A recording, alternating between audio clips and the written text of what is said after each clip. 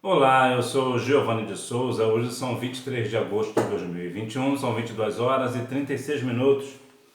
Lição número 2.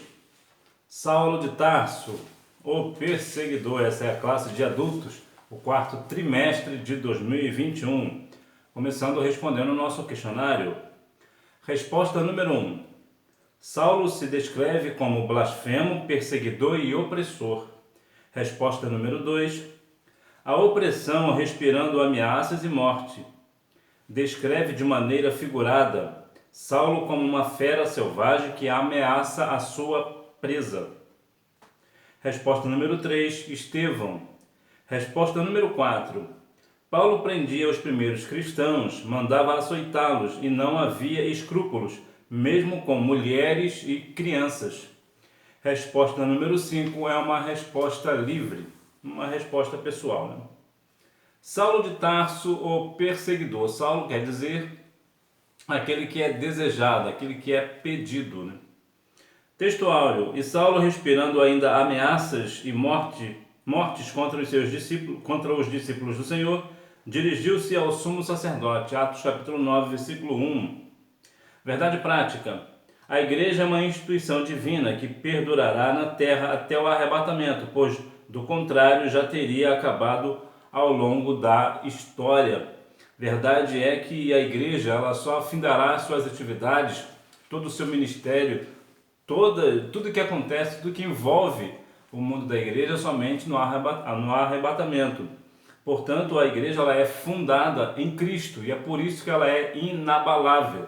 Por quê? Porque a sua fundação é Cristo. Sabemos das dificuldades, das situações que a igreja passa, por todas as dificuldades, até mesmo algumas coisas que não condiz realmente com Cristo, mas de forma geral, a igreja jamais será exterminada da terra, ela jamais acabará.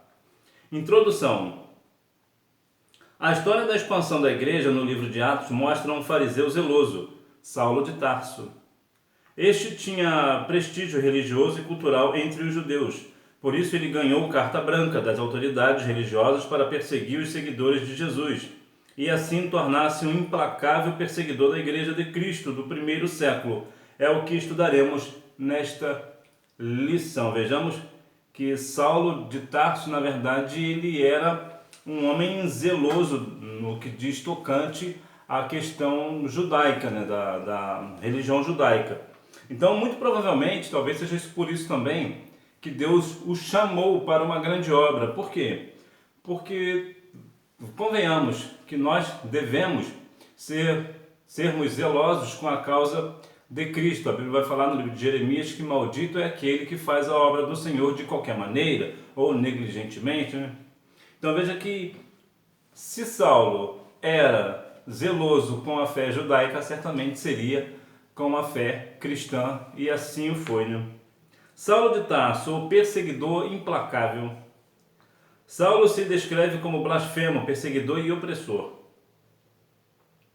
Como um fariseu fanático, Saulo tinha a convicção de que seu papel era destruir a fé cristã, matando e prendendo os seguidores de Jesus. Sua postura arrogante o fazia ser truculento, usava grande violência contra pessoas simples, homens e mulheres, sem qualquer compaixão. Ele acreditava piamente que com esse comportamento estava agradando a Deus. Veja que Deus é um Deus zeloso, é um Deus de amor, bondade e misericórdia. Então, por que Saulo pensava que fazendo essas coisas terríveis que ele estava fazendo, perseguindo a igreja de Cristo, ele estava agradando ao Senhor? Muito provavelmente ele acreditava em certos pontos da questão da Torá. Entretanto, muitas das vezes nós nos pegamos no sentido de que o Senhor é um Deus zeloso, de fato ele o é, Deus é um Deus vivo. Entretanto, muitas das vezes nós colocamos mais a justiça de Deus, né? O juízo, que eu quero dizer, né? Não necessariamente a justiça propriamente dita do Senhor, mas o juízo de Deus contra um povo, contra um determinado, contra o homem, né? Coloca ele de uma forma geral. Então, se Deus é um Deus que entra com juízo, porque Ele é um Deus poderoso e pode fazer isso, nós não vemos Deus misericordioso. Então, possivelmente, essa é uma das razões pelas quais Saulo de Tarso perseguia a igreja, porque ele não acreditava que Cristo era de fato o Cristo, o Filho de Deus. Então, ele queria acabar com a fé cristã porque achava que assim estava agradando a Deus, porque estava acabando com uma pessoa que é blasfema, que estava blasfemando contra Deus. Saulo não conseguia compreender que ele estava, na verdade, perseguindo o Filho do Senhor. Então, achava que estava agradando ao Senhor. E quantas pessoas hoje, às vezes, entram em discussões desnecessárias, querendo dizer que... querendo entrar com juízo, né? Com que Deus faça juízo com uma determinada pessoa, porque uma determinada pessoa, por alguma razão ou outra, blasfemou contra Deus, por exemplo. Então, nós, vamos colocar nós, cada um de nós, né? Nós achamos que Deus não possa salvar aquela pessoa e perdoá-la, né? Nós vemos mais um Deus severo, um Deus que vai entrar com justiça, do que um Deus amoroso que pode salvar aquela pessoa. Então já era assim desde a época de Saulo. Então vemos que até hoje mesmo com todos os avanços do Evangelho, com tudo que nós temos pregado, com tudo que nós temos visto, ainda assim ainda há pessoas no nosso meio que acreditam que há pessoas que não possam ser salvas, que Deus não irá salvar uma determinada pessoa porque outrora essa pessoa cometeu uma blasfêmia contra Deus, né? Fez algo terrível contra o Senhor. Nos esquecemos que Deus é aquele que transforma. Então, da mesma forma que nós chegamos ao pleno conhecimento da verdade, o Senhor também pode alcançar outras pessoas, inclusive através de nós, né? As ameaças de Saulo de Tarso. A expressão respirando ameaças e morte descreve Saulo de maneira figurada como uma fera selvagem que ameaça sua presa. No texto de Atos 9:21, o perseguidor era visto como um exterminador, pois conduzia os cristãos às prisões, além de permitir que fossem açoitados. Ele não poupava ninguém que quisesse a doutrina de Cristo. Veja que Saulo era uma pessoa feroz, né, com essas questões, era extremamente religioso com a questão judaica, não via crianças, mulheres, qualquer pessoa que falasse, professasse a fé em Cristo, era perseguido e levado à prisão por causa justamente da fé em Cristo. Então Saulo achava que as pessoas estavam blasfemando contra Deus, agindo, seguindo as ordenanças do Senhor Jesus. Então veja que Saulo ameaçava, ele não tinha nenhuma dificuldade de impor, até mesmo, vamos colocar aqui talvez um termo um pouco pesado, né?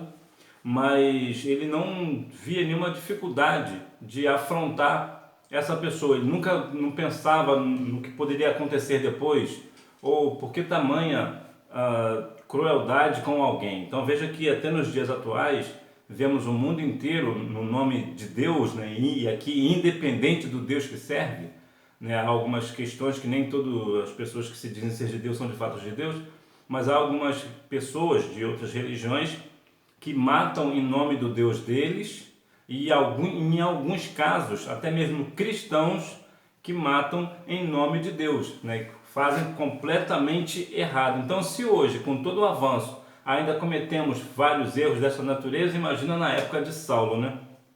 Por que Saulo perseguia os cristãos? Os motivos que levaram Saulo a se tornar um perseguidor inclemente contra os seguidores de Cristo eram o zelo destrutivo pela Torá e o suposto fato religioso de que Jesus talvez fosse um blasfemo. Para Saulo, o anúncio de que um crucificado pudesse ser o Messias prometido pelos profetas do Antigo Testamento era um escândalo. Ora, quem fosse suspenso no madeiro, de acordo com a lei, estava sob a maldição divina.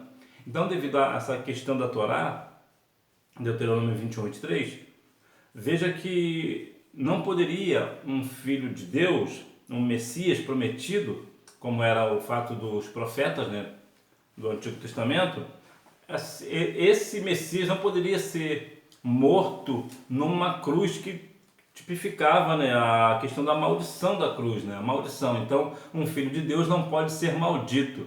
Não sabia Saulo que, na verdade, o Senhor Jesus se fez maldito por nós, porque, na verdade, ele é bendito.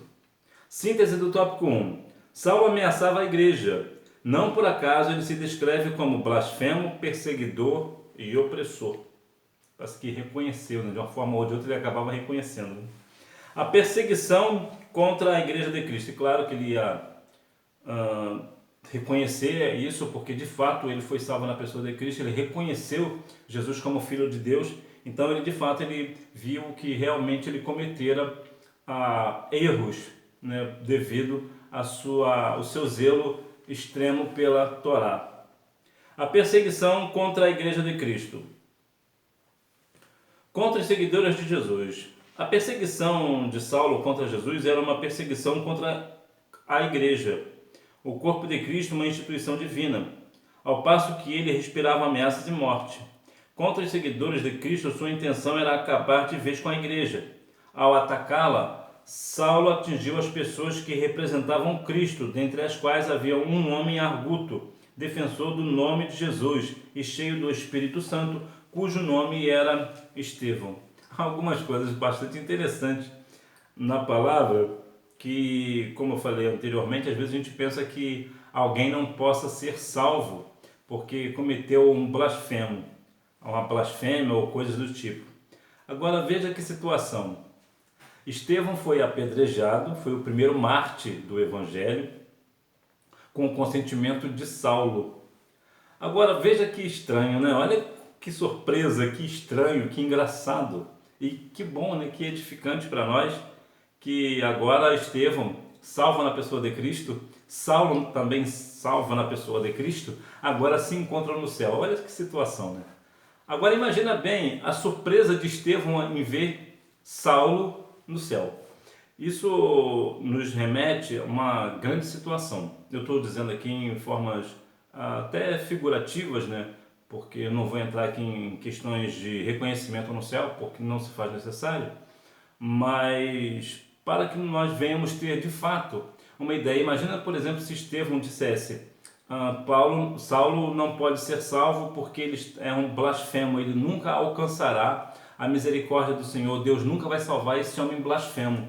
E acabou que Deus salvou, apesar que Estevão não disse nada disso. Isso eu estou apenas comentando, apenas imaginando a situação. Então veja que nos mesmos moldes somos nós hoje. Nós não podemos dizer que alguém não possa ser salvo por Cristo, porque outrora cometeu algo que desaprova, né? Que o Senhor desaprova, porque todas as pessoas, como João 3,16 diz, que todas as pessoas podem ser salvas, desde que creiam em Cristo. Então, uma pessoa que hoje, por exemplo, é ateu, amanhã pode se converter. Temos alguns casos, por exemplo, de pessoas que eram ateus e hoje acreditam em Deus e são salvas na pessoa de Jesus. Então, que isso sirva para nós de exemplo e também de edificação, para que, independente das pessoas que estão contra o Evangelho hoje, que nós venhamos orar e pregar a palavra para essa pessoa, porque certamente o Senhor poderá e até salvará essa pessoa, e muitas das vezes até mesmo através de nós, né? Saulo de Tarso e Estevão. O primeiro mártir da igreja era um homem cheio do Espírito Santo, conhecedor profundo da história do seu povo e da teologia judaica. Por isso, quando apontava para Jesus Cristo como clímax da revelação redentora para o mundo, fazia com autoridade. Muitas das vezes, algumas pessoas até falam muito bem. Entretanto, não é como Estevão, cheio do Espírito Santo. Há de se imaginar que quando alguém é cheio do Espírito Santo, ou ainda também é batizado com o Espírito Santo, ou ambas, né? Quando falam do Senhor Jesus, falam com autoridade. As pessoas reconhecem a autoridade. Por quê? Porque é uma pessoa que tem comunhão com o Senhor. Uma pessoa que tem comunhão com o Senhor fala do seu Senhor cheio da graça, cheio da unção. E unção é assim, né? Uns são e outros não são.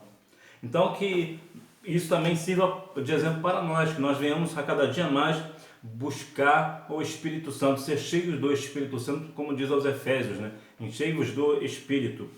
E que nós venhamos a cada dia mais ser cheios do Espírito Santo também, se for o caso, procurar ser batizado com o Espírito Santo, porque sim, o Espírito Santo ainda atua na igreja hoje e ainda é uma promessa hoje. Então, se porventura você ainda não recebeu o batismo com o Espírito Santo, busque ao Senhor, porque certamente o Senhor te dará este batismo. Uma intolerância religiosa e política contra a igreja atual. A igreja atual continua a despertar fúrias de certas autoridades políticas e religiosas que não aceitam a mensagem de liberdade e vida que o Evangelho proporciona. Nossos irmãos que servem a Deus em países políticos e religiosamente fechados para o Evangelho continuam a pagar com a própria vida a fidelidade à mensagem de Cristo. Oremos pela igreja perseguida. Agora há também igrejas que fazem alianças políticas, por isso não são perseguidas, né? Também tem esse lado. Existe, claro, a igreja do Senhor que é perseguida por uma questão de autoridades políticas e, às vezes, em alguns casos, até mesmo religiosas, perseguem a igreja do Senhor, porque não estão de conformidade com as escrituras sagradas, não estão alinhadas com o que o Evangelho prega, com o que a igreja fala, com o que a igreja vive, né? Que a igreja está contra, vai sempre contra as coisas deste mundo, né? Principalmente em questões, né, dos pecados, por exemplo, da promiscuidade, coisas do gênero. Então veja que é claro que a igreja será perseguida, porque a igreja fala justamente contra o pecado. Então, como a igreja fala contra o pecado e as pessoas são pecadoras, eu digo que as pessoas pecadoras, todos nós somos pecadores, é verdade, mas o que eu quero dizer aqui é que as pessoas, né, as autoridades querem continuar uma vida de pecado, então eles se sentem ameaçados com a igreja. Então, é claro que eles vão perseguir a igreja e querem calar a voz da igreja. Agora, há também de se convir que há algumas igrejas que fazem alianças religiosas e também políticas, né? Eu vejo que há alguns casos de igrejas evangélicas no Brasil que fazem alianças com outras religiões, que cultuam a outros deuses e acham que isso é perfeito, porque nós não podemos ter intolerância religiosa. Há uma questão de se falar sobre a intolerância religiosa. A intolerância religiosa, quando uma igreja se une a uma outra religião, isso caracteriza a questão do ecumenismo, o que a Bíblia é contra. A igreja, ela é pura, é imaculada.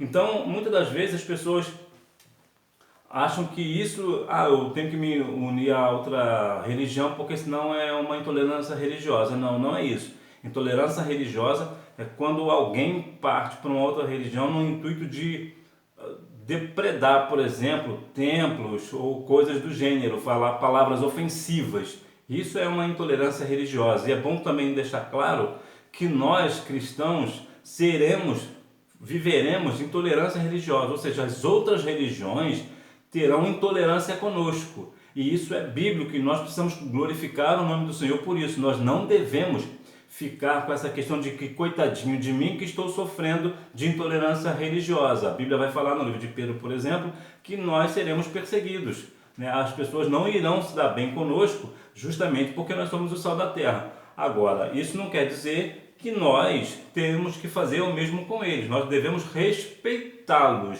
né? Respeitar as outras religiões, e isso não quer dizer que nós não venhamos pregar o Evangelho para eles. Muito pelo contrário, devemos continuar falando do Evangelho da graça para que assim eles também sejam alcançados pela salvação do Senhor. Síntese do tópico 2. A perseguição de Saulo contra Jesus era uma perseguição contra a Igreja de Cristo. Quando um sistema se volta contra a Igreja, como era a perseguição contra os primeiros discípulos?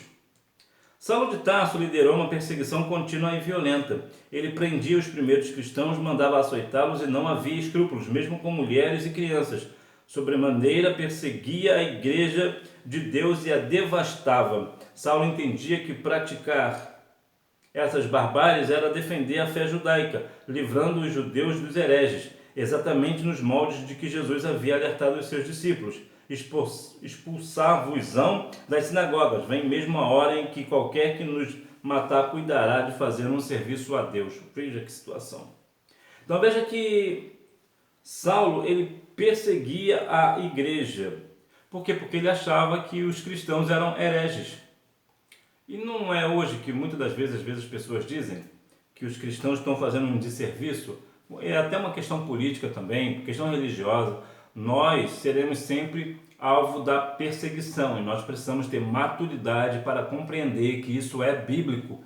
E mais uma vez vou dizer, quando você sofre alguma perseguição política, glorifique o nome do Senhor, porque isso é uma prova de que realmente você está no caminho. Não vá para as redes sociais se manifestar de uma forma dizendo que coitadinho de você. Não, glorifique o nome do Senhor, porque isto é bíblico. Porque vejo alguns cristãos ou pessoas que se dizem cristãs que quando sofre alguma intolerância ou coisa desse gênero, vai para a rede social chorar e fazer teatrinho. Gente, não dá.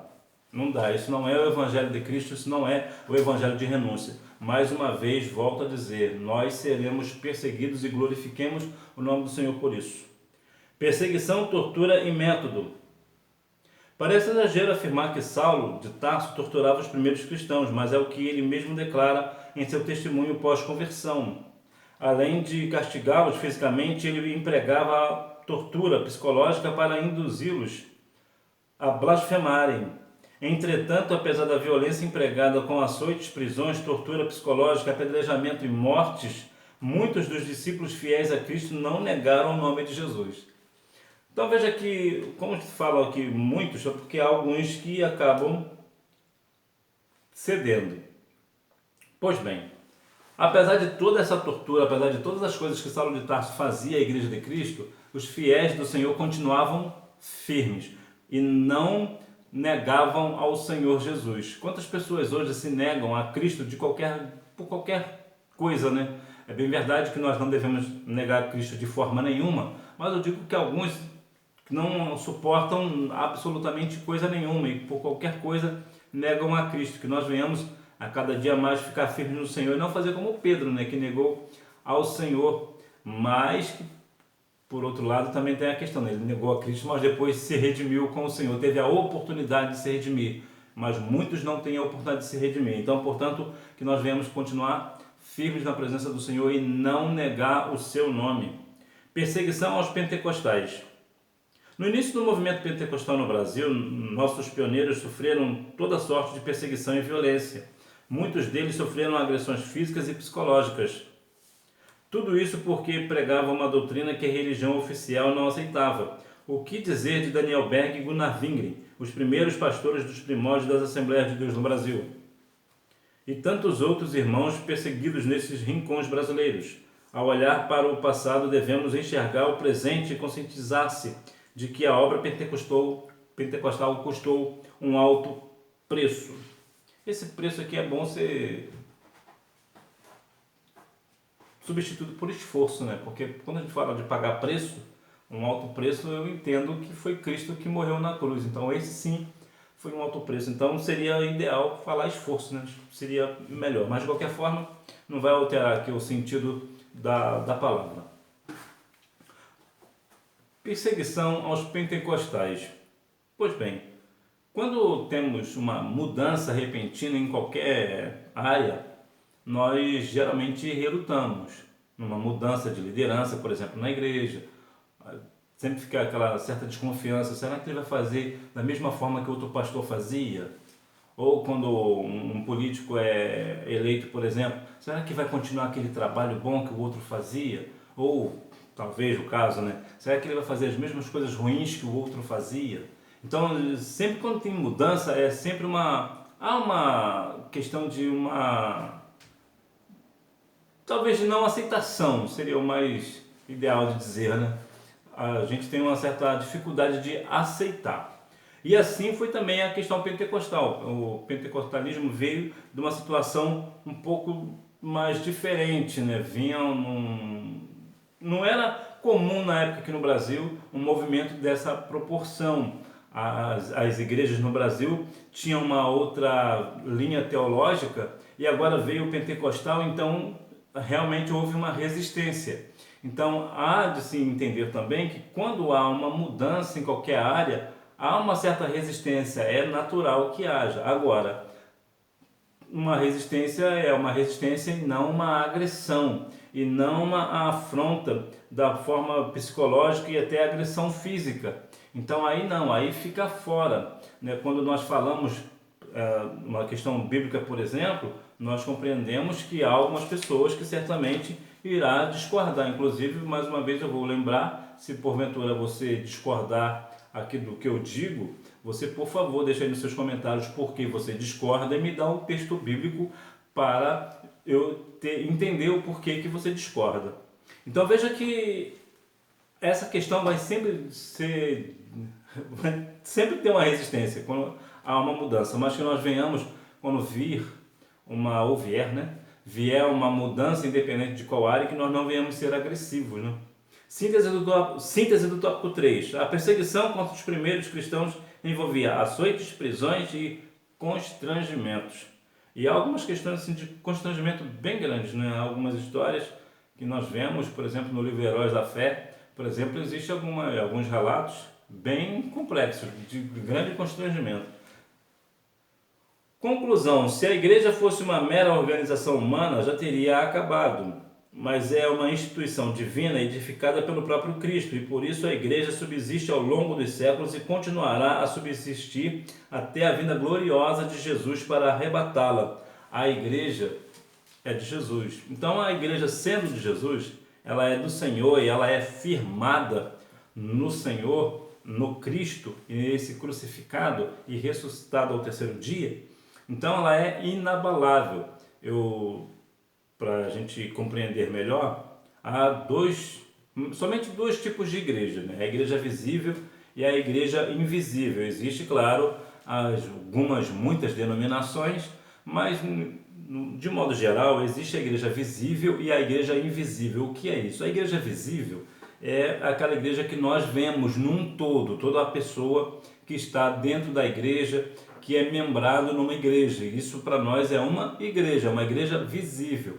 E o que é uma igreja invisível? A igreja invisível é a igreja que só Deus vê, que é a igreja que é salva na pessoa de Cristo. Então essa igreja que é salva na pessoa de Cristo, a qual você é um deles, ou uma delas, né? Essa igreja, ela nunca será abalada, ela nunca será destruída. Por quê? Porque ela é firmada no Senhor. Haverá alguns momentos difíceis que passaremos, e às vezes até uma situação ou outra que até mesmo tropeçaremos e cairemos, mas como a Bíblia diz que o justo, ainda que caia, não ficará prostrado. Então essa igreja salva no Senhor, essa igreja invisível que só o Senhor conhece, essa igreja que somos nós, essa igreja ela nunca será abalada, independente das perseguições, e que venham as perseguições, né, que venham continuar afrontando a cada um de nós com intolerância religiosa, com agressões ou até mesmo com questões psicológicas, independente das situações, que continue sendo perseguida e que venhamos sofrer cada dia mais em nome de Jesus, para que assim a igreja do Senhor cresça, né? Até porque a igreja do Senhor é igual ao omelete, né? Quanto mais você bate, mais ela cresce. Que Deus em Cristo continue abençoando a sua vida, que você tenha uma boa aula e não deixe de ir à Escola Bíblica Dominical, até porque quem faz a escola é o aluno. Tchau!